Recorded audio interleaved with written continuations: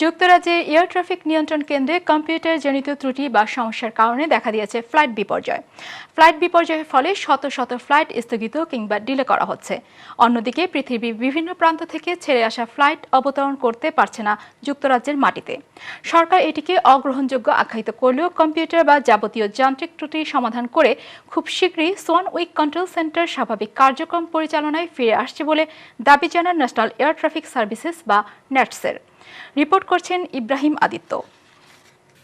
যুক্তরাজ্যের এয়ারস্পেস সম্পূর্ণ উন্মুক্ত, কিন্তু নতুন করে কোনো ফ্লাইট উড্ডয়ন কিংবা অবতরণের অনুমতি দেওয়া হচ্ছে না আজ।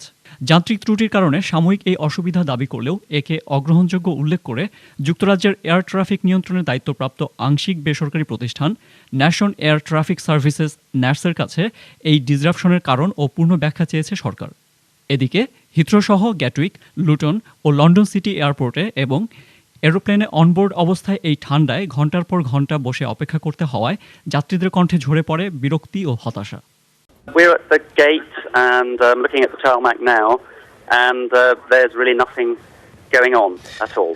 Well, the staff here are, obviously people are queuing up and asking them for information, but they're saying that they're not in a position to give information at the moment. And in fact, the information that my partner and I have came from the BBC website on our phone. হিথ্রোতে শেষ খবর পাওয়া পর্যন্ত 7টি flight cancel ও স্ট্যানস্টেড, Bristol ও Edinburgh সহ দেশের অন্যান্য সব এয়ারপোর্টে বিলম্বের কারণে দুঃখ প্রকাশ করে অনলাইনে সামাজিক মাধ্যমগুলোতে নিয়মিত আপডেট জানাচ্ছে বিমানবন্দরগুলোর কর্তৃপক্ষ। অপ্রত্যাশিত বিলম্বের কারণে ব্রিটিশ এয়ারওয়েজ যাত্রীদের জন্য ফ্লাইট রিবুক কিংবা সম্পূর্ণ অর্থ রিফান্ডিংয়ের ঘোষণা দিয়েছে।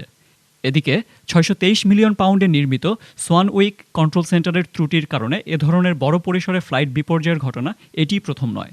প্রতিদিন প্রায় 5,000 ফ্লাইট নিয়ন্ত্রণের সক্ষমতা থাকলেও গত বছর টেলিফোন সংক্রান্ত ত্রুটির কারণে ভোগান্তিতে পড়তে হয় হাজার হাজার যাত্রীদের। এবারের বিপর্যয়ে বাণিজ্যিক ফ্লাইটগুলো বিপত্তিতে পড়লেও রয়্যাল এয়ারফোর্স নিশ্চিত করেছে দেশের সামরিক এয়ার ট্রাফিক সিস্টেম সম্পূর্ণ সুরক্ষিত রয়েছে। Ibrahim Aditya, NTV news, London.